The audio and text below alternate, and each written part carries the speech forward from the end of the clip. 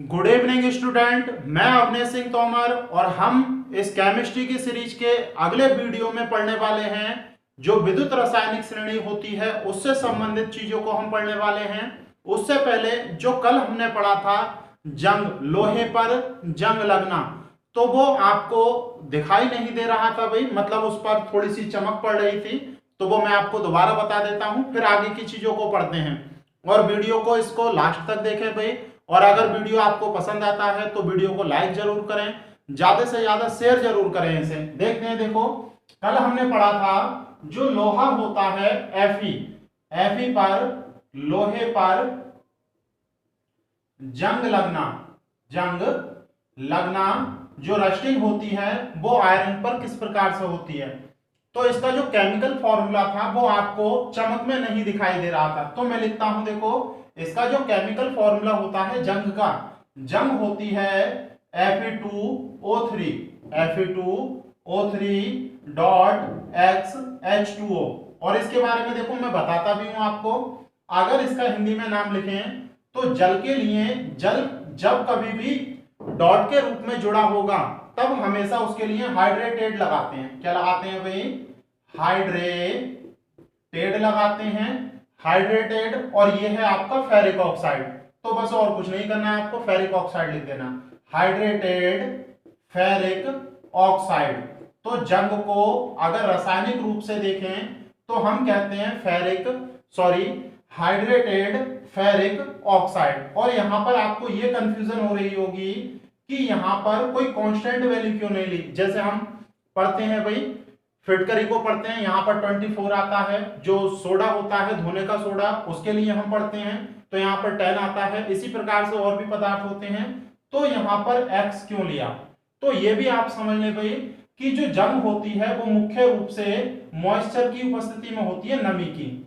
तो ये जो x की वैल्यू है वो नमी पर निर्भर करती है। किस पर निर्भर करती है? नमी पर। नमी जिस क्षेत्र में जितनी ज्यादा होगी वहां पर x का मान उतना ही ज्यादा होगा। अगर नमी जितनी कम होगी वहां पर x का मान उतना ही कम होगा। यानी कि x वेरिएबल है, चेंजेबल है, बदलता रहता है, इसीलिए यहां पर x की वैल्यू को फिक्स नहीं कर सकते। तो आप समझ पा रहे होंगे भाई कि जंग के साथ जो जल के मॉलिक्यूल्स होते हैं डॉट के रूप में, वो कभी भी फिक्स वैल्यू नहीं हो सकते। क्यों नहीं हो सकते? क्योंकि ये मुख्य रूप से किस पर निर्भर करता है? ये निर्भर करता है वहां की नमी पर। नमी जितनी ज्यादा होगी वहां पर x का मान उतना ही ज्यादा होगा, और नमी जहां पर कम होगी x का मान वहां पर उतना ही कम होगा। तो अब आप इस बात को समझ पा रहे होंगे, ये जंग का केमिकल फॉर्मूला होता है, आप याद रखें। तो जंग मुख्य रूप से लोहे का ऑक्साइड होता है, लोहे का ऑक्साइड होता है, बस इतना ही आप याद रख लें तो क्लियर है। इसीलिए कहते हैं कि जंग लगने की प्रक्रिया में लोहे का क्या होता है भाई? ऑक्सीकरण। क्या होता है? ऑक्सीकरण। क्यों? क्योंकि जंग लगने के बाद लोहे का क्या बनता है? ऑक्साइड। तो इन बातों को हम कल क्लियर कर चुके हैं। आज हम बात करते हैं जो इलेक्ट्रोकेमिकल सीरीज होती है, या एक्टिव सीरीज भी कहते हैं इसे, रासायनिक श्रेणी के साथ साथ सक्रिय श्रेणी भी कहते हैं इसे। सक्रियता किस नाम से जानते हैं भाई?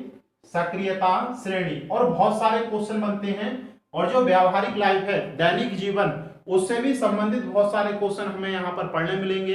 तो आप इसे बहुत ध्यान से पढ़ें। थोड़ा सा टफ है टॉपिक, थोड़ा सा हार्ड है भाई, लेकिन अगर आप थोड़ा सा ध्यान देंगे और मेहनत करेंगे तो बहुत इतना आसान लगेगा आपको, शायद आप खुद कल्पना नहीं कर सकते। इससे पहले कुछ चीजें और पढ़नी होंगी हमें, तब ये आगे की चीजें समझ में आएंगी। इससे पहले दो टॉपिक हमें पढ़ने पड़ेंगे। सबसे पहला हमें पढ़ना पड़ेगा इलेक्ट्रोड विभव क्या होता है, और फिर हमें पढ़ना पड़ेगा मानक इलेक्ट्रोड विभव किसे कहते हैं। तो ये दो चीजें हम पढ़ते हैं पहले कि इलेक्ट्रोड विभव किसे कहते हैं, इलेक्ट्रोड पोटेंशियल कहते हैं भाई इसे, और दूसरा मानक इलेक्ट्रोड विभव किसे कहते हैं। क्लियर है भाई? हमें ये दो टॉपिक पढ़ने हैं, इलेक्ट्रोड विभव किसे कहते हैं और मानक इलेक्ट्रोड विभव किसे कहते हैं। तो इनकी डेफिनेशन तो बहुत बड़ी बड़ी है, मैं आपको बिल्कुल सिंपल तरीके से समझाता हूं। जैसे हमने ये कोई पात्र लिया भाई, और इसमें किसी धातु की छड़ को हमने डुबो दिया, किसी धातु की छड़ को हमने डुबो दिया। हम मानकर चल रहे हैं हमने ये जिंक धातु की छड़ ली, किसकी, जिंक की, और इस धातु को इसी के लवण के विलयन में डुबोया, जिंक के सॉल्ट के विलयन में डुबोया। और सॉल्ट कौन सा लिया हमने, जिंक के सल्फेट का। कौन सा सॉल्ट लिया भाई, जिंक के सल्फेट का सॉल्ट लिया। तो ये हमारे पास स्थिति है, क्लियर है भाई। तो इसमें हमने जिंक सल्फेट भर रखा है पूरा। अब दूसरा प्रोसेस हम देखते हैं, देखो एक पात्र और लिया हमने, और उस पात्र में हमने एक छड़ और ली, और ये अब छड़ हमने ली है कॉपर की। किसकी ली, किस धातु की ली है भाई ये छड़, हमने ली है कॉपर धातु, सही है। तो इसे हमने इसी धातु के विलयन में डुबोया, इसी धातु मतलब कॉपर से जो लवण बना होगा, मान लो कॉपर सल्फेट ही हम लेते हैं, किसे लेते हैं, CuSO4 कॉपर सल्फेट, और इसमें इसे डुबो देते हैं। तो देखो होता क्या है, जब किसी भी धातु को उसके ही विलयन में डुबोया जाता है तो वो क्षण या तो निगेटिव चार्ज हो जाता है उस पर, या फिर पॉजिटिव चार्ज हो जाता है। ये डिपेंड करता है विद्युत रासायनिक श्रेणी पर, वो चीज मैं बाद में समझाऊंगा। अभी आप ये समझें, जब जिंक धातु की छड़ को जिंक सल्फेट के विलयन में, यानी कि उसी धातु के लवण के विलयन में डुबोया जाता है, तो धीरे धीरे ये नष्ट होने लगती है। नष्ट होने का मतलब है जिंक +2 आयनों के रूप में, जिंक Zn+2 के रूप में टूटता है और विलयन में आना शुरू हो जाता है। किसमें आना शुरू हो जाता है, विलयन में। जब जिंक +2 के रूप में टूटकर विलयन में आना शुरू हो जाएगा, क्योंकि रॉड कैसी थी, उदासीन, ना तो इस पर प्लस का चार्ज है और ना ही माइनस का। जब इसमें से प्लस के कम हो जाएंगे तो छड़ पर माइनस का चार्ज आ जाता है। कैसा चार्ज आ जाता है भाई, माइनस का। जब छड़ पर माइनस का चार्ज आ जाएगा और विलयन में कौन से आयन आ रहे हैं, प्लस वाले, तो विलयन कैसा हो जाएगा, विलयन हो जाएगा धनावेशित। यानी कि इससे जो आपका सॉल्यूशन है वो तो पॉजिटिव हो गया, और विलयन सॉल्यूशन पॉजिटिव, और छड़ कैसी हो गई, निगेटिव। अब इसमें देखते हैं, देखो कॉपर के साथ बिल्कुल उल्टा होता है। CuSO4 का विलयन लिया है जलीय हमने, तो जलीय विलयन में CuSO4 Cu+2 और SO4-2 के रूप में होंगे। इतना तो आप क्लियर कर पा रहे हैं। तो इसमें बिल्कुल उल्टा होता है। उल्टा कैसे होता है भाई, इसमें विलयन के अंदर जो Cu+2 आयन होंगे, विलयन में Cu+2 आयन जो हैं वो छड़ पर चिपक जाते हैं। जब छड़ पर चिपक जाते हैं तो छड़ कैसी हो जाएगी, प्लस की। कैसी हो जाएगी, प्लस की।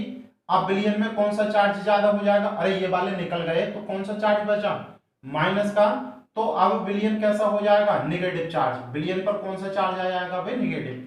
तो आप इससे समझने की कोशिश करें, देखो यही पूरी डेफिनेशन है। छड़ पर माइनस, इस पर प्लस, और इसमें छड़ पर प्लस, विलयन पर माइनस, अपोजिट चार्ज हो रहे हैं। अपोजिट चार्ज होने के कारण इन दोनों के मध्य एक विभवांतर उत्पन्न हो जाता है। क्या उत्पन्न हो जाता है भाई, विभवांतर। इसमें भी उत्पन्न हो जाएगा, इसमें भी छड़ के और विलयन के मध्य एक विभवांतर उत्पन्न हो जाएगा, और इस विभवांतर को ही उस इलेक्ट्रोड का, ये क्या कहलाएगा, एक अर्ध सेल। लास्ट टाइम भी हमने पढ़ा था भाई, जब किसी धात्विक चालक को किसी विद्युत अपघट्य के विलयन में डुबोते हैं तो वो एक अर्ध सेल कहलाता है। क्या कहलाता है, अर्ध सेल या अर्ध इलेक्ट्रोड। तो इस अर्ध इलेक्ट्रोड या अर्ध सेल पर जो विभव होगा उसी को क्या कहेंगे हम, इलेक्ट्रोड विभव। देखो मैं बिल्कुल स्टैंडर्ड डेफिनेशन बताता हूं, आप बहुत धैर्य के साथ समझने की कोशिश करें। जब किसी भी धातु की छड़ को उसी धातु के लवण के विलयन में डुबोते हैं, उसी धातु के, अगर जिंक की छड़ है तो जिंक का विलयन होना चाहिए, जिंक के लवण का। अगर कॉपर की छड़ है तो कॉपर के लवण का विलयन होना चाहिए। तो जब किसी धातु की छड़ को उसी धातु के लवण के विलयन में डुबोया जाता है तो धातु की छड़ या तो विलयन के सापेक्ष ऋणावेशित हो जाती है या फिर विलयन के सापेक्ष धनावेशित हो जाती है, जिससे विलयन और छड़ के मध्य, विलयन और छड़ के मध्य एक विभवांतर उत्पन्न हो जाता है। और इस विभवांतर को ही उस छड़ का क्या कहते हैं भाई, इलेक्ट्रोड विभव कहते हैं। उस धातु का क्या कहते हैं हम, इलेक्ट्रोड विभव कहते हैं। तो अब आपको क्लियर हो गया होगा, जब कोई भी अर्ध सेल होगा आपके पास तो विलयन और इलेक्ट्रोड के मध्य क्या होगा, एक आपका विभवांतर होगा, और उस विभवांतर को ही आप क्या कहकर चलेंगे, इलेक्ट्रोड विभव। क्लियर है? यहाँ पर कोई बाउंडेशन नहीं है कि टेम्परेचर कितना होना चाहिए, बिलियन हमने कितना लिया है। और इसे रिप्रेजेंट करते हैं कैपिटल ई से। किससे रिप्रेजेंट करते हैं इलेक्ट्रोड विभव को? कैपिटल ई से। क्लियर है? इलेक्ट्रोड विभव आपको समझ में आ गया। अब हम पढ़ते हैं मानक इलेक्ट्रोड विभव। इसे आप बोलोगे standard electrode potential. Standard electrode potential. तो ये क्या होता है? कुछ ज्यादा नहीं, बस स्टैंडर्ड कंडीशन लेनी होगी आपको। यहाँ पर एक फिक्स और स्टैंडर्ड कंडीशन लेनी होगी। जैसे अगर यही प्रोसेस जो आप पहले करा रहे थे, अगर फिक्स टेम्परेचर पर कराएं, मान लो 25 डिग्री सेंटीग्रेड पर कराएं, ना तो टेम्परेचर को घटा रहे हैं हम और ना ही टेम्परेचर को हम बढ़ा रहे हैं। अभी क्रिया ये जो करा रहे हैं प्रोसेस 25 डिग्री सेंटीग्रेड पर, और इसे कराने के लिए ये जो बिलियन लिया है वो मोलर हो। कैसा हो? मोलर बिलियन हो, या इसकी मोलरता कितनी हो? 1 मोलरता का बिलियन हो। कैसा हो? मोलर बिलियन, या इसकी मोलरता कितनी होनी चाहिए? 1। मैंने इसके बारे में पहले जब आपको बिलियन पढ़ा रहा था, बिलियन में बताया था। मोलर बिलियन किसे कहते हैं? मोलर बिलियन उस बिलियन को कहते हैं जिसमें पदार्थ का 1 मोल, जिसमें पदार्थ का 1 मोल 1 लीटर बिलियन में घुला होता है। सही है? मोलर बिलियन किसे कहेंगे? यदि जिंक सल्फेट का 1 मोल 1 लीटर जल में घुला हो या बिलियन में घुला हो तो उसे मोलर बिलियन कहेंगे। क्लियर है भाई? तो अब हम क्या कर रहे हैं, यदि 25 डिग्री सेंटीग्रेड पर किसी धातु की छड़ को उसी धातु के 1 मोलर के बिलियन में, उसी धातु के 1 मोलर बिलियन में डुबोते हैं, तो धातु की छड़ बिलियन के सापेक्ष या तो ऋणावेशित हो जाएगी या धनावेशित हो जाएगी, जिससे बिलियन और धातु के मध्य, धातु की छड़ के मध्य या इलेक्ट्रोड के मध्य क्या हो जाएगा? एक विभवांतर स्थापित हो जाएगा। और इसी को हम क्या कहेंगे? उस इलेक्ट्रोड का या धातु की छड़ का मानक इलेक्ट्रोड विभव कहेंगे। क्लियर है भाई? मानक इलेक्ट्रोड विभव क्या होगा? अगर टेम्परेचर फिक्स कर दो और बिलियन की सांद्रता को फिक्स कर दो, तो जो वैल्यू आएगी वो स्टैंडर्ड वैल्यू आएगी। क्लियर है? तो ये 2 बातें आपको समझ में आई। इसी से देखो हम आगे बढ़ते हैं। एक चीज और होती है रेडॉक्स विभव। वो क्या होता है? तो आप समझने की कोशिश करें भी ध्यान से, बहुत देखेंगे। देखो इलेक्ट्रोड विभव और मानक इलेक्ट्रोड विभव हम पढ़ चुके। जो मानक इलेक्ट्रोड विभव होता है उसे ई नॉट से प्रदर्शित करते हैं। किससे? मानक इलेक्ट्रोड विभव को ई से और मानक इलेक्ट्रोड विभव को ई नॉट से प्रदर्शित करते हैं। अब दूसरा हम देख रहे हैं रेडॉक्स युग्म। रेडॉक्स युग्म, या इसे कहते हैं रेडॉक्स पेयर। क्या कहते हैं? Redox pair. क्या होता है ये? देखो आप समझने की कोशिश करें। अभी हमने एक बिलियन लिया था भाई, अभी हमने एक बिलियन लिया था।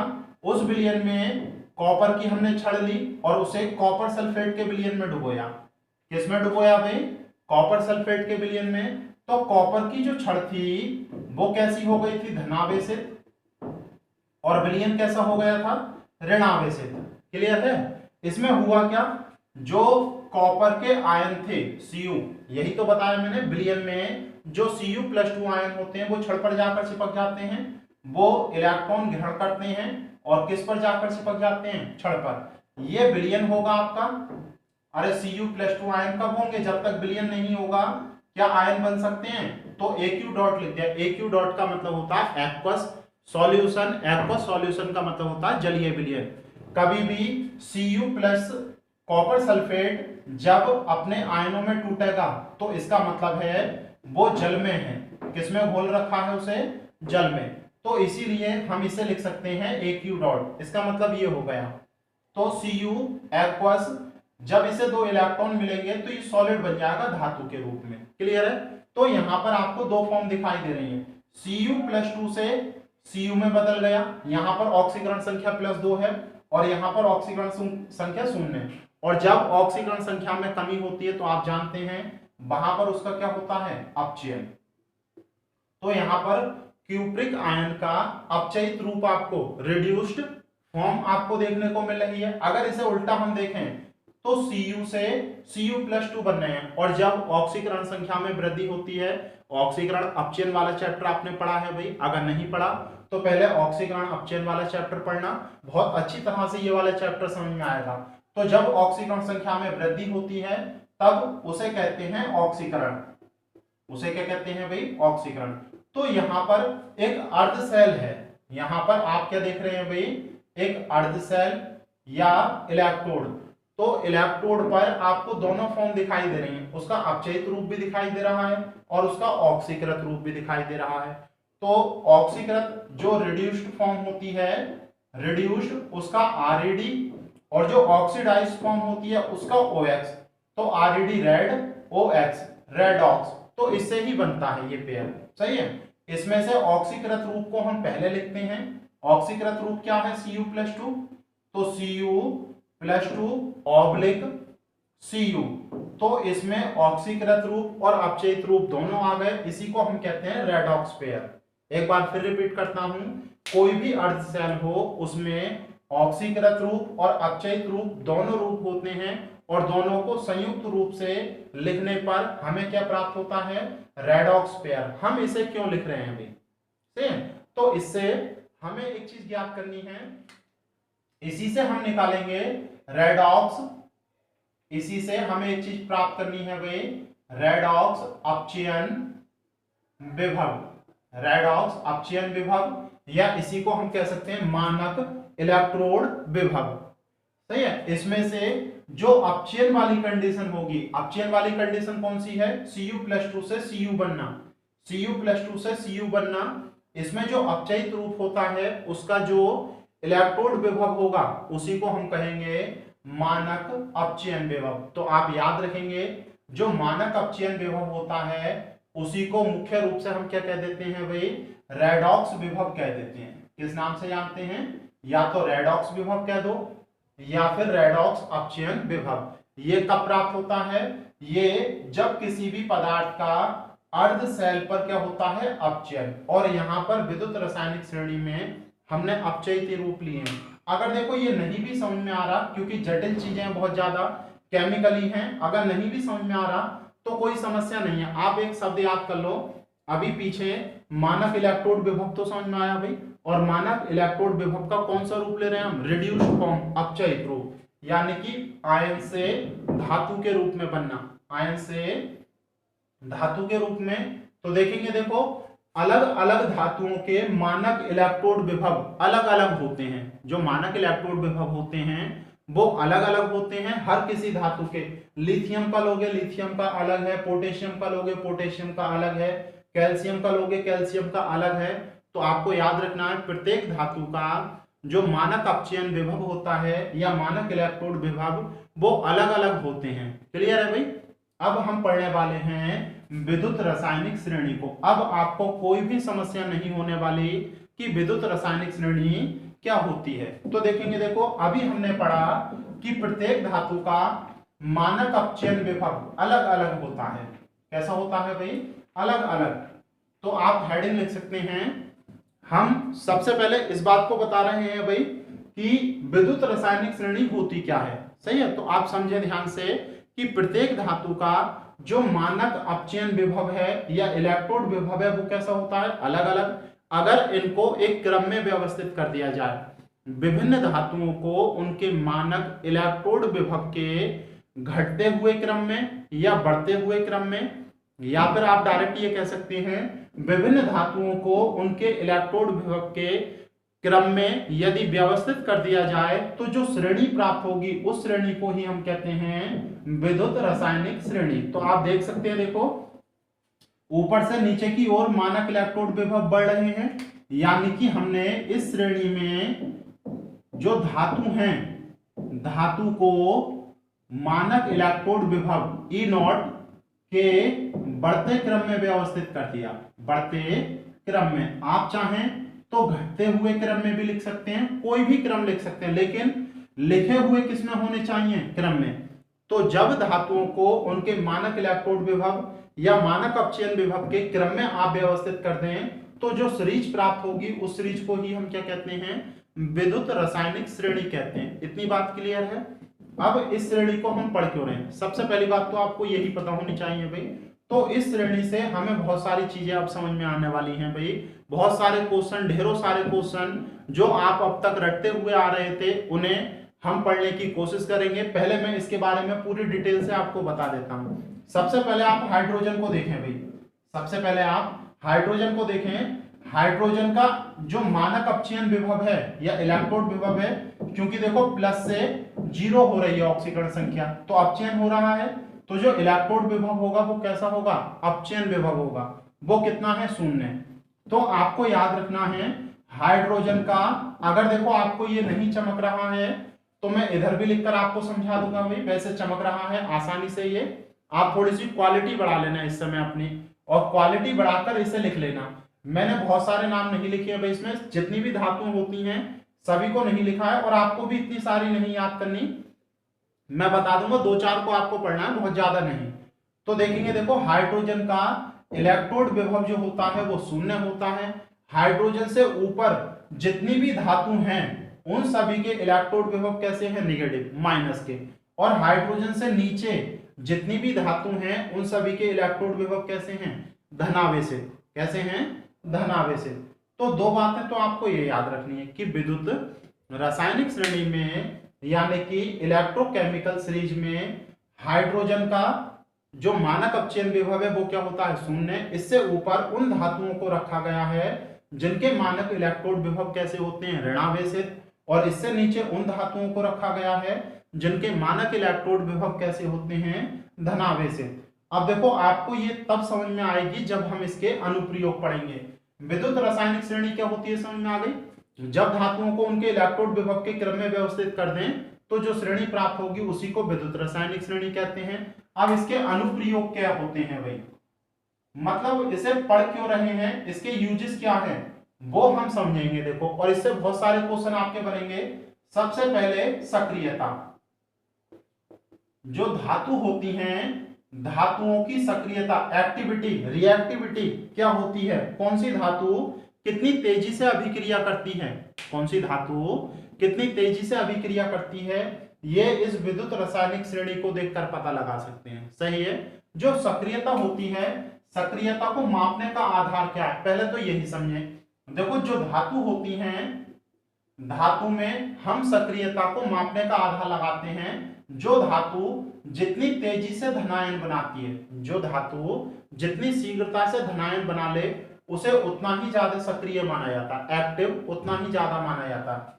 और जो अधातु होती हैं वो जितनी तेजी से ऋणायन बना लें, जितनी शीघ्रता से ऋणायन बना लें वो उतनी ही ज्यादा सक्रिय होती है। कहने का मतलब है धातु अगर शीघ्रता से इलेक्ट्रॉन को त्याग दे, इलेक्ट्रॉन को शीघ्रता से त्याग दे तो वो क्या बना लेगी, धनायन, तो वो उतनी ही ज्यादा सक्रिय होगी।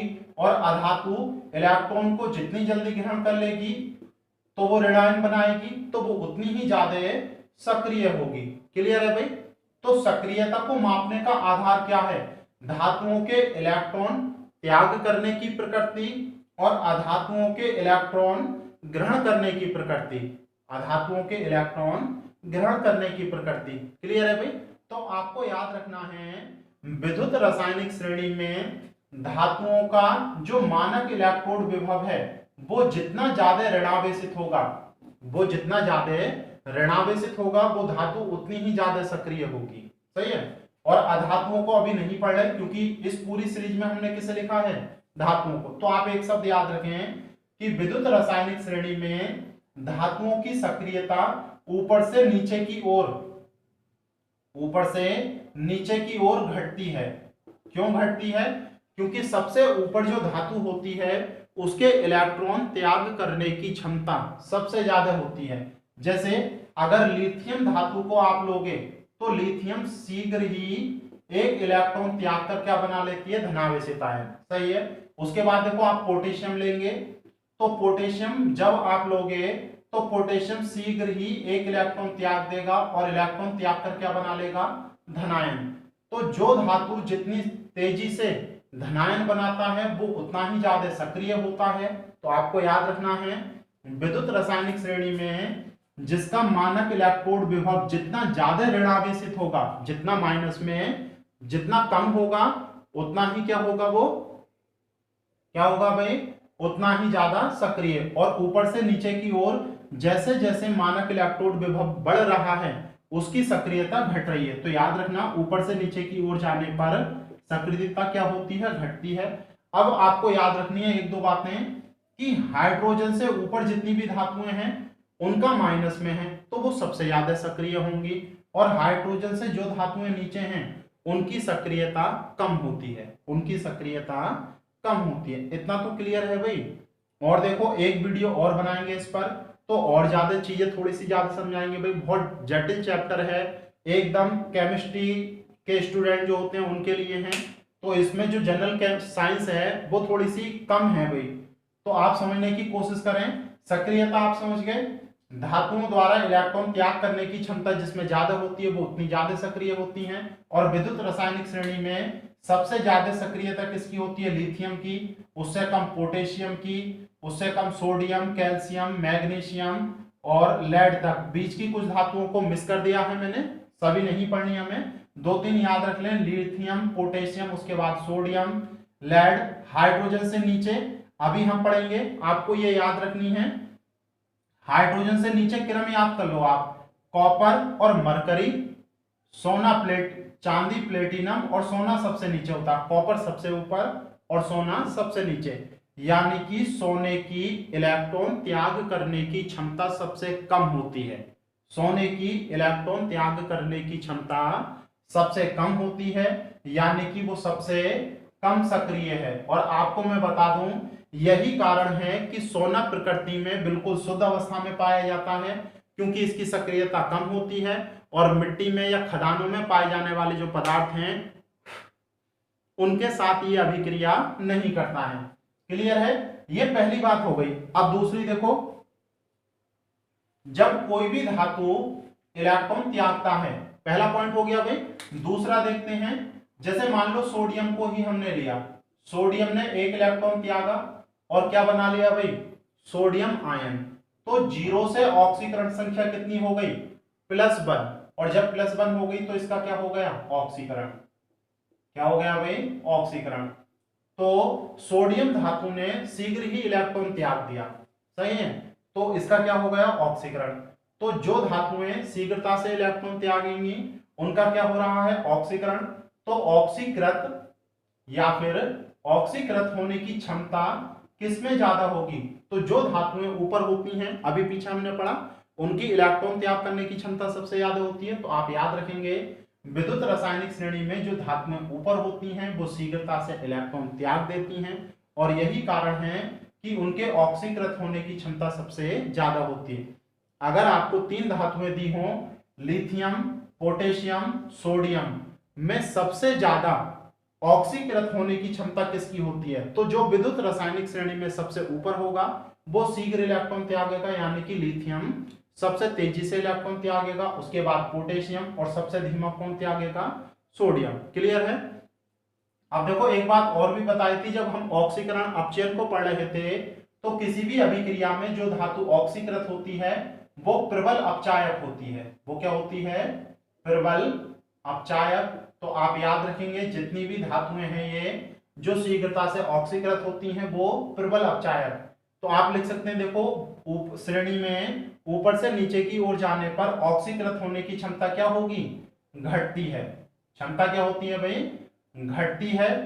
और जो जितनी तेजी से ऑक्सीकृत होगा वो उतना ही प्रबल अपचायक होता है, यानी कि अभिक्रिया में जिस पदार्थ का ऑक्सीकरण होता है वो अपचायक कहलाते हैं। पीछे हमने पढ़ा है, ऑक्सीकरण अपचयन वाला वीडियो जरूर देखें अगर आप ये वाला वीडियो देख रहे हैं। जब उस वीडियो को आप देख लेंगे प्लेलिस्ट में जाकर, तो आपको बहुत आसान लगेगा।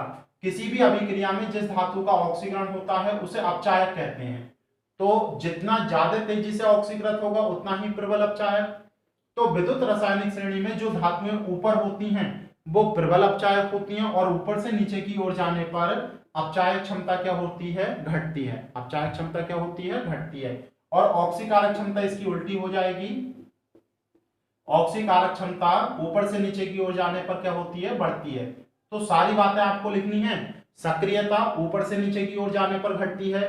दूसरा, ऑक्सीकृत होने की क्षमता ऊपर से नीचे की ओर जाने पर घटती है। अपचायक क्षमता ऊपर से नीचे की ओर जाने पर घटती है। लेकिन ऑक्सीकारक, जो ऑक्सीकारक क्षमता होती है वो ऊपर से नीचे की ओर जाने पर बढ़ती है। एक और होता है देखो धन विद्युती लक्षण, धन विद्युती लक्षण, लक्षण। तो ये क्या होता है भाई, ये एक बार और भी बताया है मैंने। धन विद्युती लक्षण का मतलब है किसी भी धातु द्वारा धनावेशित आयन बनाने की क्षमता, यानी कि किसी भी धातु द्वारा इलेक्ट्रॉन त्याग करके धनावेशित आयन बनाने की क्षमता को ही क्या कहते हैं, उसका धन विद्युती लक्षण। तो जो धातु जितनी तेजी से इलेक्ट्रॉन त्याग कर धनायन बना लेती है वो उतनी ही ज्यादा धन विद्युती लक्षण वाली होती है। तो अभी हमने पढ़ा जो धातुएं विद्युत रासायनिक श्रेणी में ऊपर होती हैं वो प्रबल कैसी होती हैं भाई, प्रबल सक्रिय होती हैं, यानी कि क्रियाशील होती हैं, तो शीघ्रता से इलेक्ट्रॉन त्यागेंगी। यानी कि विद्युत रासायनिक श्रेणी में सबसे ज्यादा धन विद्युती लक्षण सबसे ऊपर वाली धातुओं में पाया जाता है, और धन विद्युती लक्षण ऊपर से नीचे की ओर जाने पर क्या होता है, घटता है। क्या होता है भाई, घटता है। तो ये 3-4 बातें हैं, आपको ऐसे ही याद रखनी है। अगली एक बात और बताता हूं, देखो जहां से क्वेश्चन आपके बनते हैं, यहां से बहुत क्वेश्चन बनते हैं, और इससे संबंधित अगले वीडियो में हम बहुत सारे क्वेश्चन करेंगे। और अगर ये वाला वीडियो देख रहे हैं तो अगला वीडियो जरूर देखें भाई, सारी चीज आपको समझ में आने वाली है। 3 चीजें जरूर पढ़ें अगर इस वीडियो को पढ़ रहे हैं तो, ऑक्सीकरण अपचयन वाले वीडियो पढ़ें, और इसे पढ़ने के बाद अगले वीडियो पढ़ें, तो आपकी सारी चीजें क्लियर हो जाएंगी। बहुत सारी बातें जो आप नहीं समझ पाते हैं वो भी समझने लगेंगे। जैसे अभी हमने क्या पढ़ा, जो धातु विद्युत रासायनिक श्रेणी में ऊपर है, जो धातु विद्युत रासायनिक श्रेणी में ऊपर है वो उतनी ही ज्यादा क्रियाशील है। क्या है, उतनी ही ज्यादा क्रियाशील है। ये लाइन तो क्लियर हो रही है भाई। तो होता क्या है, जो धातु विद्युत रासायनिक श्रेणी में ऊपर होती है, जो धातु विद्युत रासायनिक श्रेणी में ऊपर होती है वह नीचे वाली धातु को, वह नीचे वाली धातु को उसके लवण के विलयन से, लवण के विलयन से विस्थापित कर देती है। क्या कर देती है, विस्थापित कर देती है। और यहां से बहुत क्वेश्चन बनते हैं भाई, यानी कि विद्युत रासायनिक श्रेणी में जो धातु ऊपर होगी वो नीचे वाली धातु को उसके विलयन से विस्थापित कर देगी। कैसे, मैं एग्जांपल बताता हूं आपको। जैसे आपके पास है, मान लो आपने कॉपर लिया, कॉपर सल्फेट, सही है, और कॉपर सल्फेट की अभिक्रिया करा दी जिंक से, तो आप विद्युत रासायनिक श्रेणी में जिंक का स्थान देखें, जिंक का स्थान ये है जबकि कॉपर का स्थान ये है, तो कौन सी धातु ऊपर है, जिंक। तो जिंक धातु इतनी ज्यादा क्रियाशील होती है कि जिंक सल्फेट में जो कॉपर धातु है उसे इसमें से निकाल देती है। जब कॉपर को निकाल देगी तो कॉपर धातु बनेगा, और यहां से आपको क्या प्राप्त हो जाएगा, सल्फेट आयन, और ये सल्फेट आयन इससे अभिक्रिया कर लेंगे और जिंक किस में बदल जाएगा भाई, यानी कि ये अभिक्रिया हो सकती है, पॉसिबल है। सही है, यही पूछा जाता है। इस प्रकार से आपको इतना दे दिया जाएगा और ये पूछेगा कि अभिक्रिया पॉसिबल है या इम्पॉसिबल है। तो आप अगर ऊपर वाली धातु है, धातु ऊपर है तो अभिक्रिया पॉसिबल होगी। इतना क्लियर है। इसका प्रमुख कारण ये है कि जो धातु ऊपर होती है वो प्रबल अपचायक होती हैं। क्या होती हैं, प्रबल अपचायक। और जरा देखना, क्या कॉपर का अपचयन नहीं हो रहा, यहां पर Cu पर +2 चार्ज है और यहां पर कितना हो गया, 0। और जब ऑक्सीकरण संख्या घटती है तो उसका क्या होता है, अपचयन। अपचयन कब हो सकता है, जब दूसरी धातु प्रबल अपचायक। शायद आपको ऐसे समझ में नहीं आया भाई, आप बस एक शब्द याद रखो, जो धातु ऊपर है वो नीचे वाली धातु को विलयन में से हटा देगी, वो नीचे वाली धातु को विलयन में से हटा देगी। एक दो क्वेश्चन और बताता हूं, देखो जैसे मैं आपको, जैसे ये क्वेश्चन बहुत पूछा जाता है कि कॉपर सल्फेट के विलयन में लोहे की छड़ डालने पर क्या होगा। जैसे कॉपर सल्फेट का विलयन लिया आपने, क्लियर है भाई, और इसमें लोहे की छड़ डाल दी, कील डाल दी है, तो क्या ये अभिक्रिया संभव है या फिर असंभव है। तो आप विद्युत रासायनिक श्रेणी को अगर पढ़ चुके हैं तो मैंने आपको बताया हाइड्रोजन से नीचे होता है कॉपर, सोना, चांदी, तो वैसे ही आप समझ जाएंगे कॉपर, सोना, चांदी, मरकरी और प्लेटिनम, 5 तत्व याद रखने में कोई समस्या नहीं, बाकी के सब ऊपर होते हैं। तो देखो लोहा ऊपर होता है जबकि कॉपर क्या है, नीचे, तो लोहा ज्यादा क्रियाशील होगा, लोहा क्या होगा, ज्यादा क्रियाशील, और ज्यादा क्रियाशील होने के कारण यहां से कॉपर को हटा देगा, यानी कि ये क्रिया क्या होगी, संभव। और क्रिया में क्या बनेगा, कॉपर और लोहा इसके साथ अभिक्रिया कर लेगा, यहां से जो सल्फेट आयन मिलेंगे क्या बना लेगा भाई, FeSO4।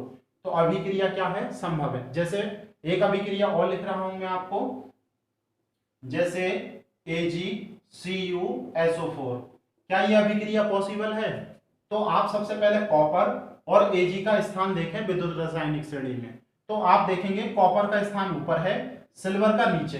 तो कॉपर ज्यादा क्रियाशील है। क्या अब सिल्वर कॉपर को विस्थापित कर सकता है? कभी भी नहीं कर सकता। क्यों? क्योंकि विद्युत रासायनिक श्रेणी में कॉपर ऊपर होता है, ज्यादा क्रियाशील होता है, जबकि चांदी कम क्रियाशील। तो ये जो रिएक्शन है वो कैसी है, कभी भी नहीं हो सकती। ये रिएक्शन कभी भी नहीं हो सकती। क्लियर है भैया? अगला देखेंगे, देखो तो क्लियर हो पा रहा है अब तो थोड़ा सा। एक लाइन और याद रखनी है आपको, बिल्कुल ऐसे ही है कि जितनी भी धातु हाइड्रोजन से ऊपर हैं, जितनी भी धातु हाइड्रोजन से ऊपर हैं, वो अम्लों में से हाइड्रोजन गैस को विस्थापित कर देती हैं। अम्लों में से हाइड्रोजन गैस को विस्थापित कर देती हैं। क्यों? क्योंकि वही वाली कंडीशन, धातु ऊपर है तो हाइड्रोजन में से मतलब अम्ल में से गैस निकालेगी नहीं निकालेगी। तो आप देख सकते हैं, देखो जैसे आपके पास सल्फ्यूरिक अम्ल है और आपने उसमें लोहा डाल दिया, आपके पास सल्फ्यूरिक अम्ल है तो लोहा क्या होता है, धीरे धीरे गलने लगता है। क्यों? तो उसका कारण ये है कि Fe का स्थान, और आप इससे ये भी पता लगा सकते हैं कि सल्फ्यूरिक अम्ल में डालने पर कौन कौन सी धातुएं गल जाएंगी। सही है? कैसे? जो धातुएं ऊपर है हाइड्रोजन से वो तो गल जाएंगी और जो नीचे है वो नहीं गलेंगी। क्यों? क्योंकि ऊपर वाली धातु, देखो सल्फ्यूरिक अम्ल Fe का स्थान ये है, जबकि हाइड्रोजन का स्थान नीचे है। हाइड्रोजन का स्थान नीचे है, Fe का ऊपर। तो हाइड्रोजन यहां से H2 गैस निकाल देगा, यहां से H2 गैस, और यहां से कौन से आयन आपके पास बचे, सल्फेट आयन। तो सल्फेट आयन से अभिक्रिया करके विलयन में धीरे धीरे ये किसके रूप में जाता रहेगा, FeSO4 के।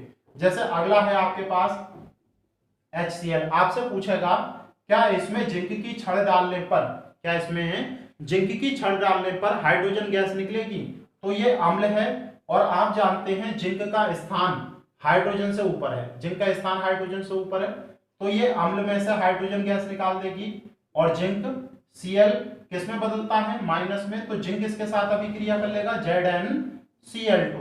क्लियर कर पा रहे हैं भाई? अब तो अब देखो एक अभिक्रिया मैं बताता हूं, जैसे आपके पास है HCl, आपसे कहे आपने इसमें चांदी की एक डंडी डाली, चांदी की छड़ डाली, क्या ये अभिक्रिया पॉसिबल है? तो आप देख सकते हैं चांदी जो है हाइड्रोजन से नीचे होता है, यानी कि चांदी हाइड्रोजन से भी कम क्रियाशील है। चांदी, चाहे चांदी की छड़ डालो, चाहे सोने की छड़ डालो, चाहे प्लेटिनम की छड़ डालो, किसी की भी छड़ डाल सकते हैं, इसमें सोने की डाल सकते हैं, प्लेटिनम की, कोई भी प्रभाव नहीं पड़ेगा। क्यों नहीं पड़ेगा? यहां पर देखो कोई सा भी अम्ल ले सकते हैं, सल्फ्यूरिक अम्ल ले सकते हैं, HNO3 ले सकते हैं, और इनमें से कोई सी भी धातु ले सकते हैं, अभिक्रिया कभी भी नहीं होगी। तो अब आप समझ गए होंगे अभिक्रिया क्यों नहीं होती है, क्योंकि हाइड्रोजन का स्थान इन धातुओं से ऊपर होता है, और यही कारण होता है कि इन धातुओं को घोलने के लिए किसका प्रयोग करते हैं हम, अम्लराज का। किसका प्रयोग करते हैं, अम्लराज का। आप जानते हैं अम्लराज क्या होता है, HNO3 और HCl का 1:3 का मिश्रण। क्या होता है, 1:3 का मिश्रण। तो इतनी बात तो आप क्लियर कर पा रहे होंगे भाई। याद रखना इनका क्रम, क्वेश्चन बहुत पूछा जाता है। जैसे ये क्वेश्चन बहुत आता है कि AgNO3 और Cu, इसका मतलब क्या हो गया, सिल्वर नाइट्रेट के विलयन में कॉपर की छड़ डालने पर क्या ये अभिक्रिया होगी या नहीं? तो आप देख सकते हैं अगर कॉपर ऊपर है तो ये इसमें से हटा देगा, अगर कॉपर ऊपर नहीं है तो नहीं हटा पाएगा। और मैंने दो शब्द बताए आपको कि कॉपर हाइड्रोजन से नीचे जितनी भी धातुएं उनमें कॉपर सबसे ऊपर है, सोना सबसे नीचे और चांदी बीच में। तीन याद कर लो, कॉपर सबसे ऊपर, सोना सबसे नीचे और चांदी सबसे बीच में। कॉपर सबसे ऊपर, सोना सबसे नीचे और चांदी बीच में। तो आप देख सकते हैं कॉपर सबसे ऊपर है और चांदी नीचे है, तो ये इसमें से सिल्वर को निकाल देगा, यानी कि यहां से चांदी बनेगा और कॉपर इससे अभिक्रिया कर लेगा, क्यूप्रिक नाइट्रेट बना लेगा भाई। क्लियर है? तो इस विद्युत रासायनिक श्रेणी को देखकर आप समझ पा रहे होंगे। और इसमें देखो अभिक्रिया, हर अभिक्रिया उल्टी लिखी है, क्यों? क्योंकि हमने इसमें अपचयन विभव लिया है। क्या लिया है? अपचयन विभव। इसका मतलब तो आप समझ गए होंगे, पहले ही मैंने आपको बता दिया था। AQ डॉट का मतलब है एक्वस, एक्वस का मतलब है लिथियम किसी लवण के साथ लिया गया है, या इसका जलीय विलयन लिया होगा। और S का मतलब है सॉलिड, ठोस। अब ये किस में बदल गया? बिल्कुल ये वाली कंडीशन है, यहां पर Cu की छड़ है और Ag किसके रूप में होगा? Ag प्लस के रूप में एक्वस, और यहां पर किस में बदल गया? सॉलिड। तो यही वाली कंडीशन देखो, Ag प्लस से किस में बदल गया? Ag में। क्लियर है भाई? तो इसका इलेक्ट्रोड विभव कितना था? 0.80। तो आप इतना याद रखें, अगला वीडियो जो हम पढ़ेंगे उसमें और थोड़ी सी इससे बातें बताऊंगा धीरे धीरे। मतलब आप ये कह सकते हैं जितना आपका सिलेबस में आएगा उतना आप अच्छी तरह से याद कर सकते हैं। बहुत ज्यादा इंटरनल चीजें नहीं समझ में आ रही तब भी। और आपको अगर ये वीडियो पसंद आई हो तो वीडियो को लाइक जरूर करें, कमेंट करके जरूर बताएं क्या चीज आपको नहीं समझ में आ रही।